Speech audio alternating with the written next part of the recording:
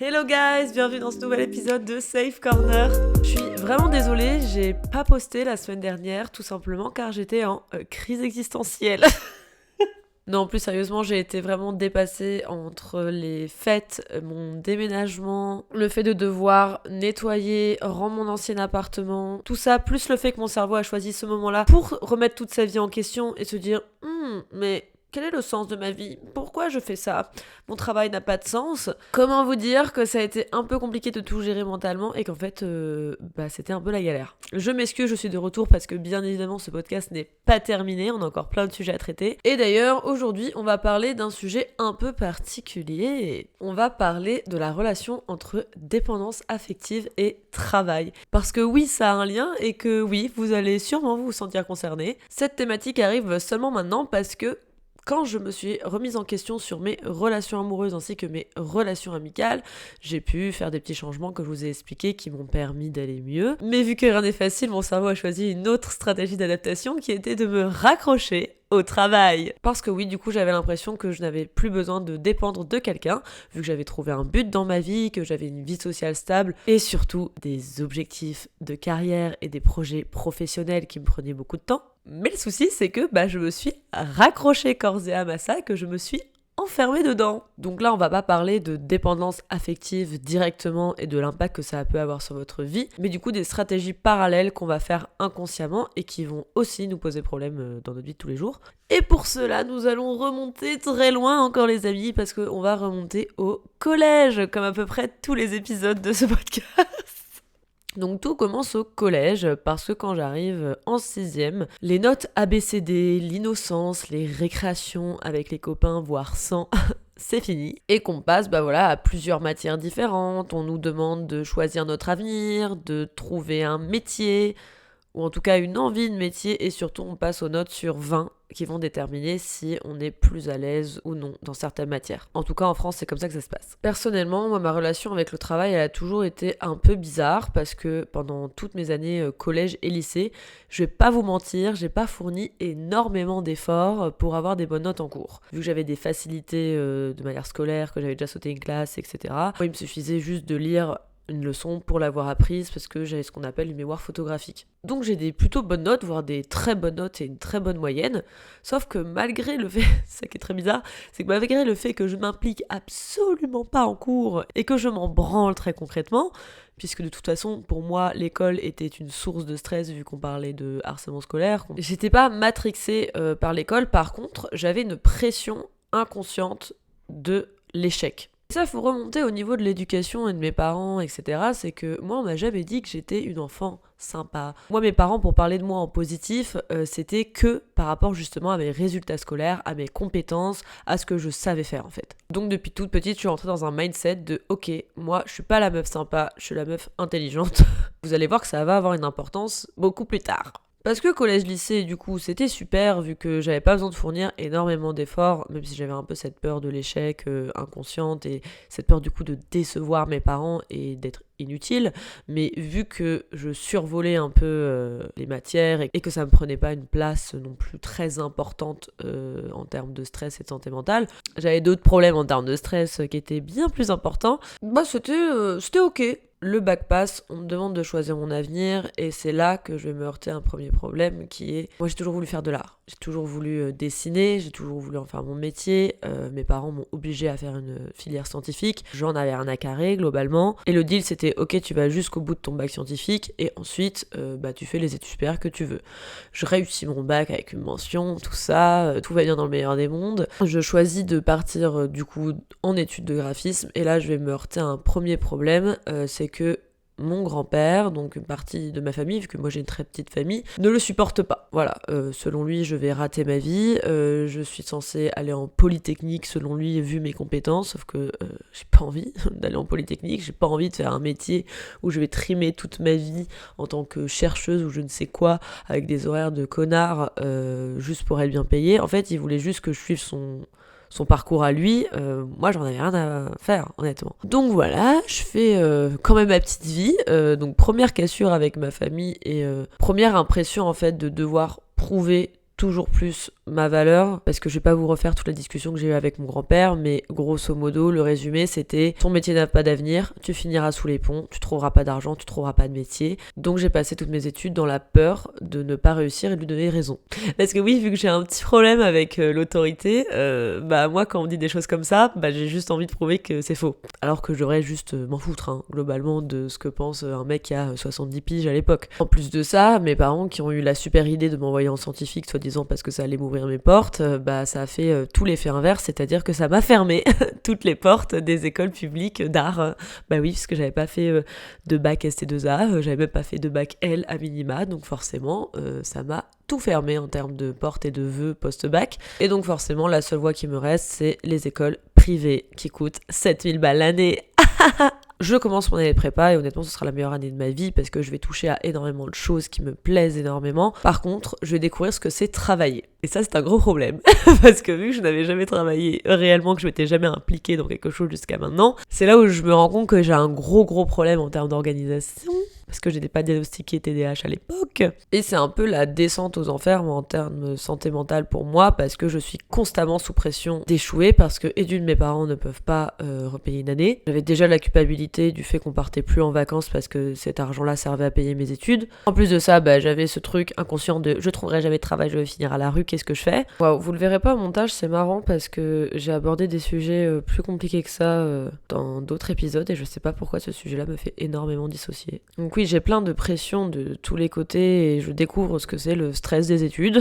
Ça m'apporte en vrai des côtés positifs aussi parce que je me mets à travailler très tôt. Je me mets à travailler à 17 ans, donc vraiment juste après mon bac en parallèle de mes études, parce que je me dis qu'il faut que je développe un maximum d'expérience le plus tôt possible, même si c'est pas dans ma branche et qu'il faut que je travaille, avoir un pied dans le monde du travail et surtout amasser de l'argent de côté au cas où il y a une merde à un moment donné, je sais pas, que mes parents puissent plus payer l'école ou que même après mes études, je me retrouve sans travail, voilà, je suis complètement matrixée dès le départ. Je passe quand même super année parce que malgré toute cette pression, en fait, j'adore les études que je fais, surtout la prépa. C'était quelque chose qui m'a énormément épanouie et à ce moment-là, j'étais pas trop dans la dépendance. C'est d'ailleurs ça qui m'a permis de quitter mon premier ex, c'est que j'étais tellement dans mes études et j'étais tellement apaisée, épanouie là-dedans que, en fait, ma dépendance affective, en tout cas par rapport à mes relations amoureuses, elles étaient envolées bien loin. Donc je pense que c'est ça aussi qui m'a aidée à partir de la situation dans laquelle j'étais, que je vous ai expliqué dans le deuxième épisode, si je dis pas de bêtises, ou même dans le premier. Je vais ensuite vouloir faire une licence 3D parce que ce que j'adorais faire, c'était créer des personnages pour les dessins animés, pour les jeux vidéo, tout ça. J'adorais faire du digital painting, j'adorais beaucoup dessiner des personnages, même avec un crayon à papier. Et forcément, vu que dans mon entourage, personne n'était dans ce milieu-là, on m'a très mal orientée. J'ai fini en 3D. En fait, la formation de 3D, c'est pas du tout ça. C'est juste vous modélisez des choses, vous les animez. À la limite, vous mettez des textures dessus. Ça éclate des gens. Moi, d'être devant un PC de 8h à 23h pour faire une seconde d'animation, ça me rendait loca. Toujours dans cette optique de TDAH vibes, impossible pour moi d'avoir ne serait-ce qu'un tant soit peu de dopamine avec autant de travail pour si peu de résultats. Donc du coup, je vais faire 3 mois dans cette formation et je vais faire un burn-out à 19 ans. Tout va bien. Et c'est là on va revenir sur la notion de dépendance affective, c'est que du coup c'est dans ces périodes-là de dépression profonde, parce que clairement ça m'a mis en dépression, parce que quand vous êtes persuadé de vouloir faire un métier depuis que vous êtes tout petite et que vous vous rendez compte après coup qu'on vous a mal orienté, et que en fait le vrai métier que vous voulez faire est très bouché, et que en fait on vous décourage globalement de faire ça, qu'en plus vous apprenez que votre père a payé une année dans le vent, et là on vous parle de 8000 € dans le vent sans diplôme, donc voilà, ça m'a bien achevé. En fait, c'est là où la dépendance affective est revenue, c'était que je me suis rendu compte que quand j'ai pas d'objectif professionnel, je suis vide et je retombe dans ce cercle vicieux de je suis vide, je me sens seule, je ne peux vivre qu'à travers quelqu'un. Et de toute façon, c'était soit je vis à travers quelqu'un, soit à travers des objectifs et mon métier, soit je vais pas bien. Ce schéma-là, je vais le garder pendant très longtemps. Et c'est pour ça que je voulais faire un épisode là-dessus. C'était pour vous montrer aussi certaines personnes qui pensent ne pas être dépendantes ou juste avoir aucun problème avec le fait d'être seule avec soi-même. Enfin voilà, ne pas être concerné par toutes ces problématiques-là. Alors que si, parce que si on vous enlève justement votre addiction au travail qui peut être néfaste aussi, aussi, hein, parce que ça apporte plein de problèmes physiques, hein, cette addiction au travail, parce que même si c'était super, on pourrait se dire ouais mais attends, mais c'est pas si mauvais, parce que du coup ça te donne un but dans la vie, parce que du coup tu te sens épanoui, etc. Oui, mais à l'excès, comme toute chose, ça devient mauvais, parce que moi, mon addiction au travail, elle est arrivée à un stade où j'ai fait burn-out sur burn-out de mes 19 à 22 ans, que j'ai fini hospitalisée pour surmenage, que mon corps me lâchait, que je dormais extrêmement peu, que je me nourrissais mal, voire pas, quand j'avais pas le temps et qu'il fallait que je rende des choses pour les cours. La pression de l'échec et cette envie de réussir, elle fait que vous avez aussi énormément de stress, donc énormément de cortisol, donc vous allez prendre du poids, faire de la rétention d'eau, avoir des problèmes de sommeil. Donc oui, ça peut être quelque chose qui est super en soi, si comme pour tout, c'est équilibré et harmonieux par rapport au reste de votre vie. Et ça, pendant longtemps, je ne vais pas le comprendre.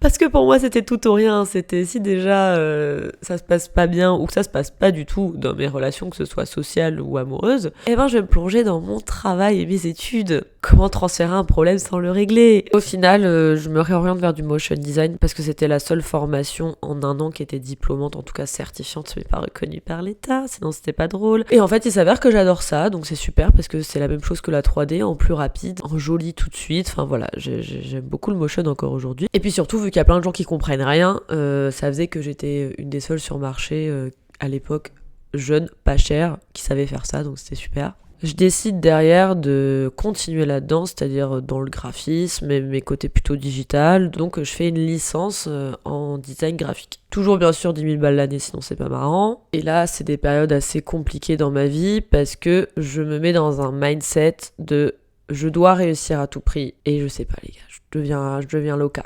Le cliché de la meuf qui écrase les autres pour réussir, c'était moi. J'ai jamais été mine, hein, c'est-à-dire que j'ai jamais été jusqu'à saboter des travails d'autres élèves, machin, etc. Par contre, c'était genre, moi je suis dans mon coin, je parle à personne, je suis là pour réussir, je suis là pour taffer, je me comparais toujours aux autres de ma classe, j'étais en compétition avec eux, il fallait toujours que j'ai la meilleure note, que je sois la première de ma classe, sinon je le vivais super mal. Parce qu'en plus, moi j'étais habituée depuis le collège à ça, vu que j'étais première de ma classe depuis le collège alors que je foutais rien. Ça va pas du tout m'aider en termes social et en fait, plus les années vont passer, plus je vais vraiment me mettre dans un mindset de ok, ma vie est désagréable. Je n'aime pas ma vie parce que j'ai pas d'amis, j'ai des relations sociales compliquées avec les gens de ma classe. Enfin, j'avais quand même quelques amis, hein, je vous rassure, j'avais quand même une vie sociale, mais je veux dire, c'était pas agréable de venir tous les jours en cours et de savoir que c'est tendu avec les autres élèves de sa classe. Et on vous apprécie pas énormément. Enfin, voilà, j'avais une vie sociale en dehors de l'école, mais vu que l'école me prenait énormément de temps, c'était un peu compliqué. Et je vous rassure, j'ai jamais été en mode non plus harceleuse ou quoi que ce soit, hein, puisque de toute façon j'avais vécu ça avant, mais j'étais vraiment plus dans ce truc de je me mets en retrait, je parle à personne. En plus, les gens qui étaient populaires dans ma classe, c'était beaucoup des hommes, et vu que je venais de sortir de cette relation un peu compliquée avec mon premier ex, du coup j'étais pas sympa avec les hommes, c'est-à-dire que je pouvais plus, vraiment je pouvais plus, je les haïssais tous. Donc ouais, ça a été des années très solitaires. En fait, je vivais sans vivre cette solitude, c'est-à-dire que j'étais tellement dissociée émotionnellement, mon but c'était tellement le travail, réussir mes études, être la meilleure et avoir un job derrière, parce qu'en fait on m'a tellement mis dans le crâne que si je faisais pas partie des meilleurs en cours, ça veut dire que j'aurais pas de travail derrière, ce qui est complètement con, honnêtement, hein, surtout dans les métiers créatifs, c'est pas comme ça que ça marche. Par exemple, moi, mon but, c'était pas de travailler dans la meilleure boîte de pub de France, quoi. J'en avais rien à carrer. Je voulais être freelance, je le savais déjà, je voulais pas dépendre d'un patron, donc tant que je connais mes compétences et que je me spécialise, qu'est-ce qu'on s'en fout des notes, parce que ça reste subjectif. Là, je parle pas de technique, hein, je parle vraiment de l'aspect créa. Donc ouais, je sais pas trop dans quel mood je me situais à ce moment-là, je sais que globalement, ça allait pas trop bien dans ma vie, mais j'avais un peu ce truc de, oui, mais j'investis pour après. Genre, j'ai tellement été habituée depuis que je suis petite à serrer les dents en me disant ok, là c'est horrible, j'ai envie de me flinguer, c'est hyper désagréable, mais je le fais pour une raison, attends après, tu verras. Et par contre, j'étais déjà dépendante de mon travail. Et il y a aussi un autre phénomène que j'ai mis du temps à comprendre, c'est que ma dépendance affective s'est reportée sur mes profs. Parce que déjà j'avais beaucoup de profs masculins. Comme je vous ai dit, j'ai eu un père qui était quand même assez absent, donc je pense que je cherchais une figure paternelle rassurante qui me dise qu'il est fier de moi, que je vaux quelque chose, que voilà, tout ça. Et donc du coup, rapidement, avec certains profs, je vais commencer à chercher ça, c'est-à-dire que je travaillais même pas pour être fier de moi, je travaillais pour que le prof me dise qu'il était fier ou que j'avais fait un bon travail. Ou... En fait, je cherchais absolument de la reconnaissance dans les figures d'autorité qui m'entouraient, quoi. Et à l'inverse, si un prof disait qu'il était déçu de mon travail ou que c'était pas bien ou même si j'avais une note qui était moins bien que ce que j'attendais, mais ça pouvait me détruire complètement la journée et je pouvais être plus bas que terre, quoi. J'étais tellement investie là-dedans et c'est là où la dépendance a commencé à arriver. Parce que plus je vais continuer loin dans mes études, plus ça va être omniprésent. Parce que j'ai ma licence pendant le Covid, il n'y a pas de travail. Pendant le Covid, voilà, surtout en créa, parce qu'il y a beaucoup de coupes budgétaires, etc. Donc j'essaie de faire un master pour et d'une me spécialiser, de deux parce que c'était en alternance, donc je pouvais avoir de l'expérience à côté, chose que j'avais pas en sortant de licence. En plus, il y avait des primes à l'époque pour les entreprises, justement, pendant le Covid, pour prendre des alternants, donc il y avait vachement d'offres là-dedans. C'est d'ailleurs à ce moment-là que je vais choisir de partir à Paris pour justement avoir plus de choix d'alternance. Aussi parce que je voulais un peu m'éloigner de ma famille quand même, pour respirer. Aussi parce que j'avais eu tellement de traumatisme à Strasbourg que je pouvais plus me voir cette ville et que j'avais besoin d'aller voir ailleurs. Et Paris, c'était un peu mon dream de provincial, pour faire très cliché. Et l'alternance me permettait de pouvoir payer un loyer à Paris, quoi. Sachant qu'en plus, je travaillais à côté depuis que j'avais 17 ans, donc j'avais un salaire en plus d'avoir mon alternance. Parce que j'avais réussi à trouver une mission où j'étais en télétravail complet, etc. Et où c'était du mi-temps, enfin voilà, j'ai réussi à bidouiller. Je commence donc une alternance dans un petit studio graphique, donc vraiment trop bien, parce que c'était ce que je voulais comme ambiance de travail. Le souci, c'est que toute l'équipe est masculine, je suis la seule femme, et je me retrouve face à 3 boss masculins, plus 2 employés masculins également. Est-ce que, voilà, on se rappelle de ce que je vous ai dit vraiment 2 secondes avant sur les figures d'autorité masculine et mon besoin de reconnaissance? Vous le multipliez par 3 ou 4. Voilà, mon quotidien pendant 1 an. Donc je vais être ultra motivée, je vais littéralement faire le travail d'un DA que t'embaucherais à 2000 balles, mais pour 800 balles. Et je découvre vraiment ce que c'est d'être dépendant affectif dans ton travail. T'as un tel besoin de reconnaissance, de te sentir utile et de te sentir comme faire partie d'une grande famille, parce que ça, les startups, elles adorent aussi, que je vais me tuer à la tâche de fou. En plus, en parallèle, j'ai mes études de master, donc c'est le même bordel avec mes profs à l'école. Mais je commence un peu à comprendre, avec ce travail-là, que plus je donne, moins il y a de reconnaissance. C'est-à-dire que plus je donnais, plus les personnes qui m'embauchaient étaient exigeantes avec moi, attendaient plus et voulaient se servir de mes compétences pour vraiment rapporter de l'argent à la boîte. Et du coup, ça les faisait chier quand je rebasculais en tant qu'apprenant. C'est-à-dire que j'ai 21 ans à l'époque, j'ai jamais travaillé réellement en tant que graphiste, donc j'ai besoin d'être encadrée, j'ai besoin que les gens repassent un peu derrière moi, j'ai besoin d'avoir des validations, j'ai besoin aussi de comprendre certaines choses et de poser des questions, parce que j'étais curieuse et que je voulais aussi apprendre. Et ça les faisait chier. Voilà. C'est-à-dire que quand je posais des questions, on me répondait pas forcément, ou vraiment tu sentais que ça saoulait un peu tout le monde. En plus, à l'époque, j'étais pas du tout diagnostiquée de mes troubles, donc autant vous dire qu'au travail, c'était un gros bordel, parce que c'était la première fois de ma vie que j'étais en présentiel pendant aussi longtemps dans un bureau, en open space, qu'on me fliquait un peu pour voir si je travaillais ou pas. Et du coup, je suis hyper active et en plus j'ai des problèmes d'inattention, donc c'était compliqué. Et en plus de ça, j'ai un TDI non diagnostiqué à l'époque, donc j'ai des switches, je m'en rends pas compte. Il y a des moments où d'un coup je ne sais plus faire du graphisme, voilà, c'est la vie d'Aloca. Donc je fais de la giga merde, et puis le lendemain je reviens sur mon projet, je suis en mode mais qu'est-ce que j'ai fait? C'est pas moi qui ai fait ça, c'est bizarre. J'avais l'impression en plus de devenir folle à mon travail, de pas comprendre ce qui m'arrivait. Et donc à l'époque c'est là où je fais une première conscientisation et où je me dis pas très normal tout ce qui se passe là, donc je vais peut-être un peu moins m'investir dans mon travail parce que j'ai un peu l'impression qu'on m'exploite et ça me fait chier, quoi. Je commence donc à juste respecter mon contrat d'apprentissage. Je commence à prendre plus le temps de faire mon travail bien pour ne pas être en sur-régime, donc je suis plus lente, donc c'est chiant. Je privilégie mon travail à l'école plutôt que mon travail là-bas. Donc forcément ça ils vont pas kiffer, donc ils vont commencer à me le reprocher, et donc je vais finir par me barrer à la fin de l'année, alors qu'ils m'avaient proposé de rester une 2e année, parce que je suis en mode mais En fait, je n'ai pas choisi d'être en alternance pour me faire exploiter, quoi. Oui, je veux apprendre, oui, je veux faire des choses utiles pour la boîte, c'est clair.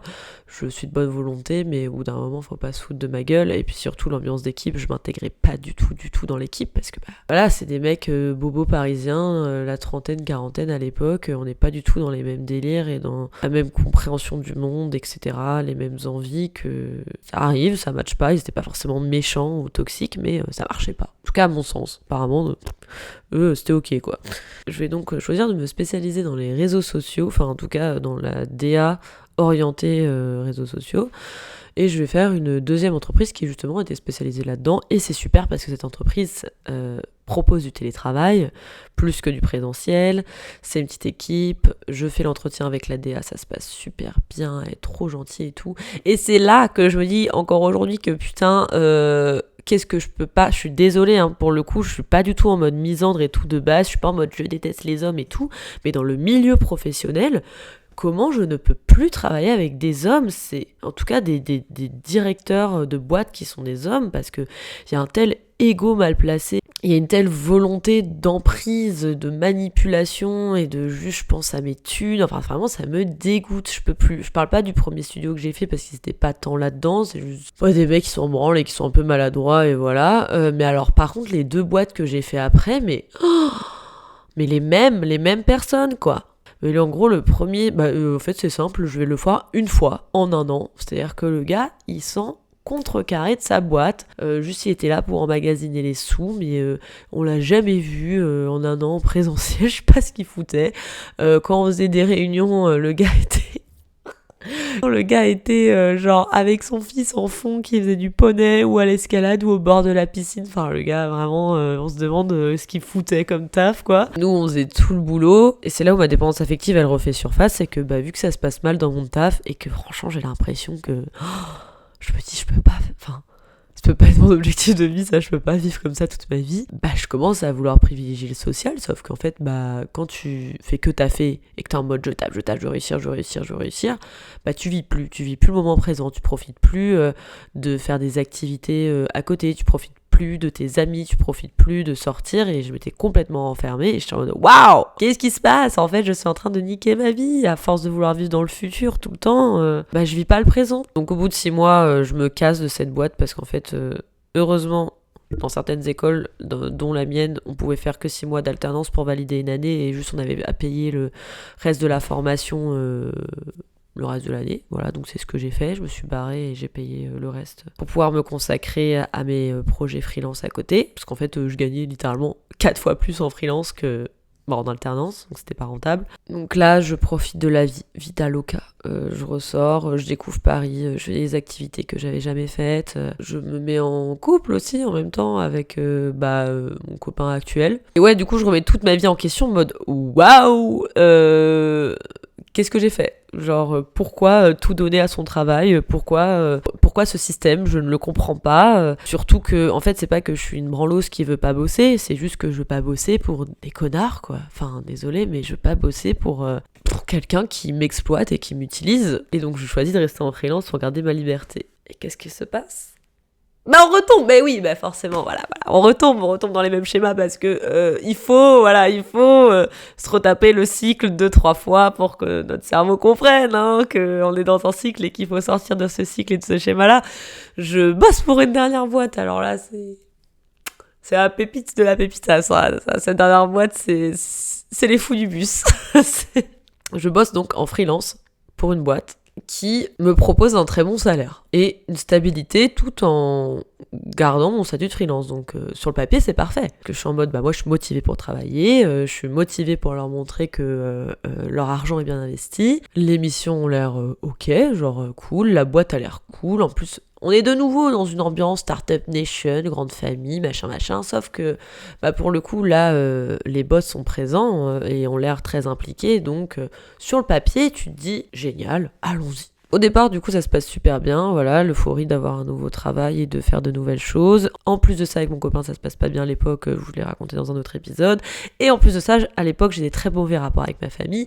Donc, on est dans le retour du daddy issue, c'est-à-dire que... Oh mais je vais travailler pour vous tant que vous me donnez de la reconnaissance, franchement, y a pas de souci, je vous donne tous mes heures, de la gratuité, exploitez-moi. Je suis freelance, mais je dois venir à des horaires fixes, en présentiel, je dois rendre des comptes. C'est censé être des clients, mais ils deviennent mes boss. La relation humaine se passe tout autrement de comment c'est censé se passer normalement. Mais je ne le vois pas. Parce que moi ça se passe bien, voilà, je leur fais confiance, ils me payent très bien, donc je suis en mode enfin j'ai une reconnaissance de mon travail. Et puis plus le temps va passer, plus forcément on va me demander des choses à faire qui n'étaient pas dans le contrat de base. Donc je vais passer 6 mois à trimer, et puis aussi je vais être proactive, c'est-à-dire que moi vu que je suis motivée, que je sors d'école, que je montrais que je travaille, et que de toute façon c'est toute ma vie le travail à ce moment-là, puisque le reste de ma vie ne se passe pas bien. En plus on me fait miroiter des choses, des choses de ouf, comme quoi je peux prendre part à des projets de malade, que voilà je peux avoir un vrai impact dans cette boîte. Et vraiment cette relation avec je sais même pas si je veux dire patron ou client, parce que c'est censé être mon client, mais là on n'a pas du tout cette relation-là, on a une relation de patron-employé, littéralement, et on me le fait bien comprendre. Et donc plus le temps va passer, plus ces personnes-là vont instaurer une relation c'est flou. C'est-à-dire que ils vont faire des after-work, des soirées, tout ça, et j'ai pas envie de rentrer dans les détails parce que j'ai déjà eu assez de problèmes avec eux, j'ai pas envie qu'ils me poursuivent. Que ça y est, je dis pas des dingueries, je cite pas le nom, ni rien, enfin voilà. Puis je parle surtout du côté émotionnel.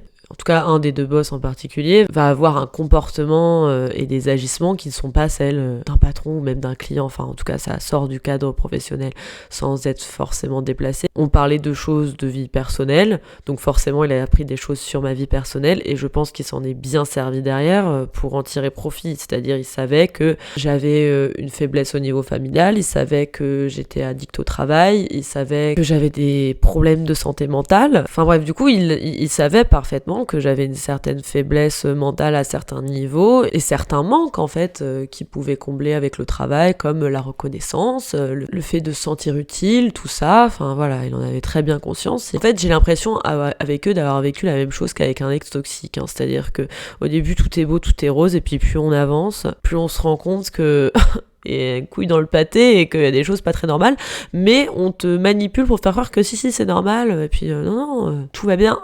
Ah ben non, ça va pas en fait.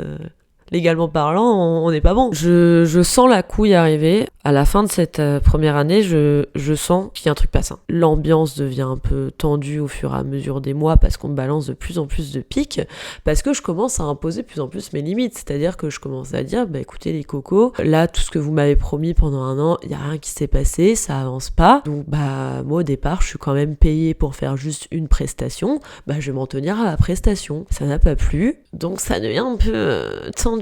Donc je choisis de réduire mes jours les concernant parce que je me dis oulala, va peut-être falloir que j'aille voir un peu ailleurs, des clients plus simples, peut-être qui ont pas les mêmes relations professionnelles, puis surtout où les discours ne changeraient pas tous les 4 matins avec tout et son contraire. On serait sur une ambiance plus saine avec d'autres clients, donc c'est ce qui se passe. Je commence à avoir d'autres clients où même si on me paye beaucoup moins bien, au moins la relation est beaucoup plus saine, et où en fait je commence un peu, voilà, c'est le même parallèle un peu que comme quand tu commences à avoir d'autres amis extérieurs quand t'es en relation toxique avec un mec, où les gens te disent oulala, mais attendez, regardez d'autres relations professionnelles qui existent, et cette relation professionnelle elle est quand même un peu bizarre.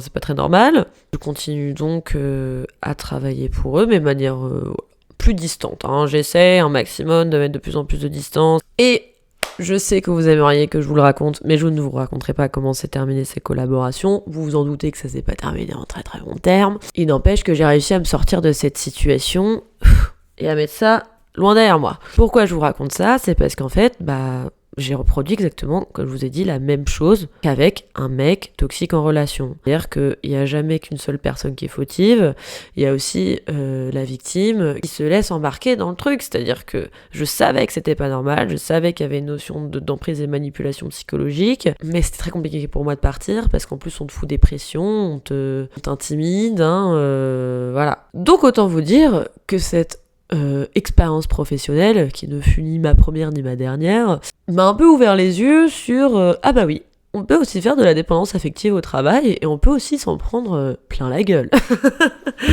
Du coup, c'est quoi la solution? Parce que dans le dernier épisode, je vous disais que voilà, faut se trouver quand même des objectifs de vie et un but dans la vie pour ne pas dépendre de quelqu'un. Mais là, je vous dis exactement l'inverse, c'est-à-dire que je vous dis ne vous impliquez pas trop dans votre travail parce que des gens vont se servir de vous et parce que si vous avez encore des antécédents de dépendance affective, les gens peuvent s'en servir à mauvais escient pour leur propre profit. Pour se payer une deuxième piscine. Eh bien, c'est comme pour tous, c'est un équilibre. Oui, bien sûr que vous pouvez vous investir dans votre travail, mais c'est pas censé être le centre de votre vie non plus. Alors, mais qu'est-ce que c'est le centre de notre vie? Parce que c'est ni les relations, ni le travail, qu'est-ce que c'est? Eh bien, c'est un tout. En fait, il n'y a pas de centre. Et c'est ça que j'ai compris avec cette dernière étape. C'est pas un dernier épisode, hein, je vous rassure. Mais c'était vraiment ma dernière étape la plus récente, celle-ci, en termes de domaine de vie. Parce qu'après, on va avoir d'autres aspects, mais qui sont pas liés à un domaine spécifique. Là, on a le domaine amoureux, on a le domaine social, on a le domaine du travail, ce qui sont un peu nos 3 domaines principaux, on va pas se mentir, dans la vie. Et en fait, il n'y a pas de centre.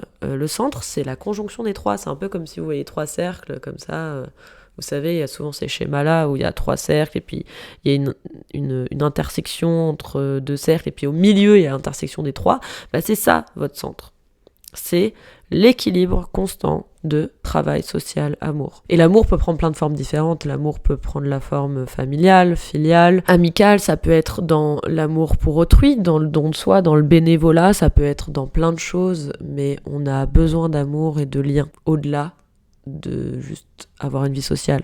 Si vous préférez, la vie sociale, ça peut être l'environnement en termes de bloc, plutôt en mode travail, environnement social et lien social. Et ça, je l'ai compris que récemment, parce que j'étais tout le temps dans les extrêmes, c'était soit je me focusais sur mes relations, soit je me focusais sur mes amis, soit je me focusais sur le travail. Et en fait, non, c'est un équilibre des 3. Et une fois que vous êtes équilibré, ce qui est cool, c'est que quand il y a un des domaines qui s'écroule, bah vous avez les 2 autres derrière qui sont encore là, parce que vous les avez pas négligés, que vous avez continué à les alimenter. Du coup, ça vous permet de vous remettre sur pied beaucoup plus vite. Au début de cet épisode, je vous disais que j'étais en crise existentielle en ce moment. C'est zéro vanne, hein. Je suis en vraie crise existentielle, c'est-à-dire que ça fait 3 semaines que je suis dans mon canapé 3-4 heures par jour en regardant le vide, en me disant mais qu'est-ce que je fais de ma vie, quel est le sens de cette vie, dans quel système on vit. Ah, je suis partie super loin, j'étais en mode le contexte géopolitique, nous en tant qu'être humain, on est une espèce horrible, je déteste les humains. Ensuite j'étais en mode mais pourquoi tout le monde bouffe de la viande, c'est horrible. Enfin voilà, j'étais partie dans des extrêmes en mode mais pourquoi tout le monde travaille, on devrait vivre dans la forêt et être autosuffisant. Je le suis toujours un peu, mais on est un peu plus nuancé maintenant avec un peu plus de recul, mais ça a été une phase très très compliquée pour moi. C'est pour ça que j'ai arrêté de poster sur les réseaux pendant 2 semaines. 2 semaines c'est pas énorme, mais à l'échelle des réseaux sociaux j'ai eu le temps de disparaître de 40 000 filles en même temps. Et ce qui fait que je suis de retour aussi vite, c'est aussi parce que là, comparé à toutes les autres crises que j'ai pu vivre dans ma vie ou toutes les remises en question, j'ai un équilibre. Là où à l'époque, dès que mon travail s'écroulait, bah de toute façon j'avais plus de vie sociale, donc j'avais plus rien vu que je m'étais focus que là-dessus. Ou alors quand ma relation amoureuse rupture ou ça s'écroule ou ça va pas, j'ai plus rien parce que j'ai pas entretenu mes amitiés ni mon travail derrière. Enfin voilà, vous comprenez le concept. Là j'ai eu de la chance parce que même si ça n'allait pas, là c'était plutôt le bloc travail en mode qu'est-ce que je fais de ma vie, est-ce que ça a vraiment un sens de juste faire de la com et du graphisme pour des marques consumériste. Et surtout là c'était est-ce que je dois vraiment travailler toute ma vie pour des mecs qui pensent qu'à leur profit, des clichés capitalistes où ils pensent qu'à s'enrichir, mais par contre leur vie est déplorable et fait pas envie, hein, globalement. Moi j'aurais pas envie que mon seul plaisir dans la vie ce soit de m'enquiller des bouteilles de vin et d'aller bouffer dans des bons restos. Est-ce que justement c'est le seul échappatoire que ces personnes ont, vu que le travail leur prend tout leur temps et que le profit, la recherche de profit leur prend tout le temps. Il n'y a plus d'amour, il n'y a plus de lien, il n'y a plus de connexion avec la nature. Tout ça passe au second plan et le matériel en fait triomphe un peu sur tout ça. Sinon on aurait tous des super managers et des gens super humains. Malheureusement c'est pas le cas, surtout à Paris. Du coup voilà, le fait d'avoir des amis à qui parler de ça, un bon environnement social, c'est-à-dire un appart où je me sens quand même bien, ou avec mon copain ça se passe quand même bien, d'être soutenu, d'être écouté, d'être épaulé, d'aussi pouvoir changer de cadre, de m'aérer, de pouvoir aller voir des amis dans d'autres coins de la France s'il le faut, etc. Enfin tout ça, ça m'a permis de garder un peu le cap. Et c'était vraiment sur ça que je voulais axer cet épisode, sur cette importance de l'équilibre, qu'il n'y a pas de solution toute faite, que c'est pas soit je me plonge à mort dans le travail, soit je me plonge dans mes relations. Enfin, en fait, il n'y a pas de choix à faire, justement. C'est ça qui est complexe dans la vie, c'est qu'en fait, tout est un équilibre, mais quand on regarde de manière globale nos écosystèmes, tout est une question d'équilibre, tout est millimétré. Vous enlevez un plancton de la rivière, toute la biodiversité est impactée, et c'est un gros bordel parce que le petit poisson n'a plus à manger, mais le gros poisson qui mangeait le petit poisson n'a plus à manger. Et en fait, notre vie, c'est pareil, c'est-à-dire qu'un micro-dérèglement peut faire en sorte qu'on aille mal, peut faire en sorte qu'on ne soit jamais épanoui ou heureux. Et en fait, tout réside dans la nuance. Et vraiment, je le pense sincèrement, mais c'est personnel, dans l'intuition. Vous savez mieux que n'importe qui, comme je vous l'ai dit, ce dont vous avez besoin et ce qui fait que vous allez bien. La seule chose, c'est que vous refusez de vous écouter. Ça fait des ans que je savais qu'il y avait un problème dans mon travail et qu'il fallait que je me barre et que c'était pas sain, mais je restais parce que j'avais trop besoin d'argent, j'avais besoin de mettre de côté, etc. En fait, quand on choisit de suivre son intuition et d'être aligné, c'est là où on va mieux. Bizarrement, j'ai arrêté d'avoir des plaques d'eczéma, j'ai arrêté d'avoir des problèmes d'insomnie, j'ai arrêté d'avoir du stress tout court, des problèmes de sommeil du moment où j'ai arrêté ces collaborations. Et le matériel, c'est que le matériel.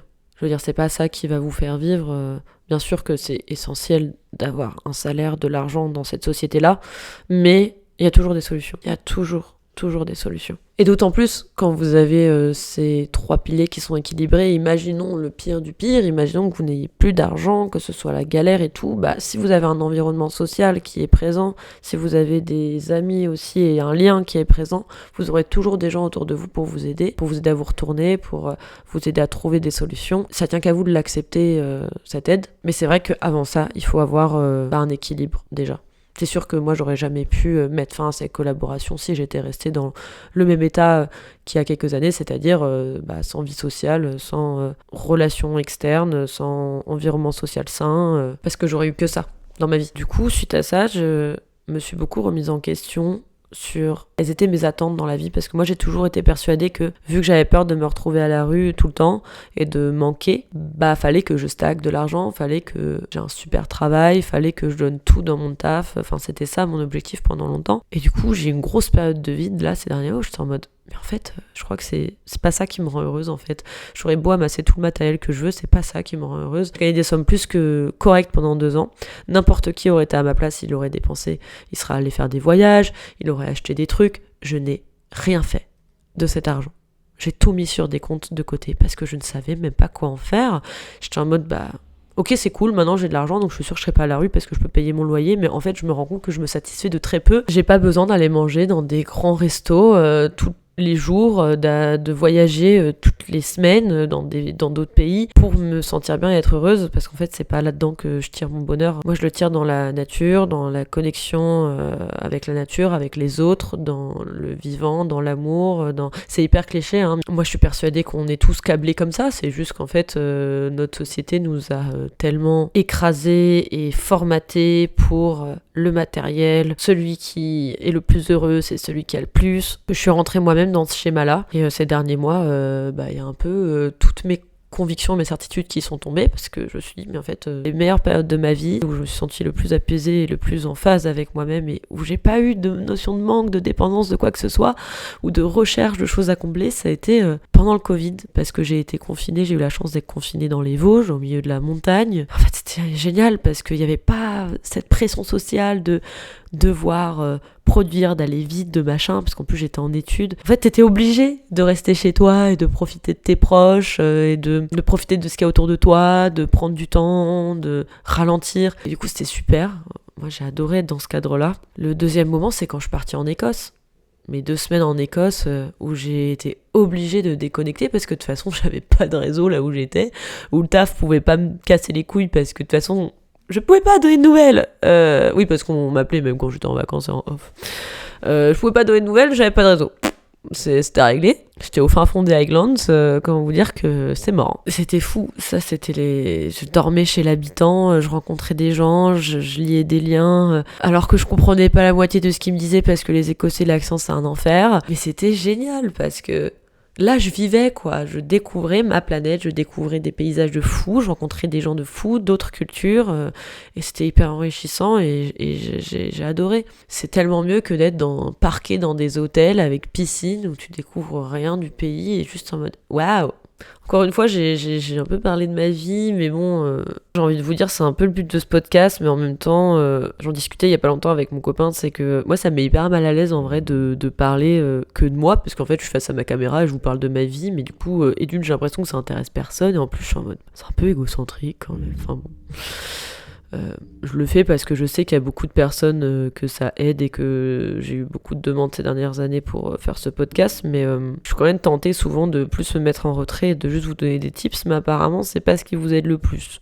Ce que je comprends. Parce que moi j'aime bien aussi écouter des retours d'expérience parce que oui, forcément on s'y identifie, on se sent moins seul et tout, et je suis contente si c'est le cas quand vous m'écoutez. Mais enfin voilà, tout ça pour dire, travaillez pour vivre mais ne vivez pas pour travailler. De toute façon, j'ai l'impression que notre nouvelle génération l'a bien compris. Peut-être que moi, je suis juste en retard. Tout réside dans l'équilibre, tout réside dans la nuance. Profiter de la vie, mais dans le sens profiter du vivant. Allez découvrir des paysages de fou, ne serait-ce qu'à 1 heure de Paris, on a des choses incroyables. D'ailleurs, j'en ferai des vidéos dessus parce que j'ai trop envie de vous montrer. Même si ça intéresse pas de gens, je m'en fous, je le ferai quand même. N'hésitez pas à commenter comme d'habitude si vous êtes reconnu, si ça vous a aidé ou si vous voulez partager vous aussi un témoignage. Moi, c'est hyper important pour moi de savoir que je parle à des humains et pas toute seule devant ma caméra uniquement. On se retrouve la semaine prochaine pour un des derniers épisodes quand même, je pense, parce que j'ai quand même abordé pas mal de choses, mais ce n'est pas la fin du podcast en soi, c'est juste la fin de l'arc dépendance affective. Mais vous inquiétez pas que je vais trouver de quoi parler.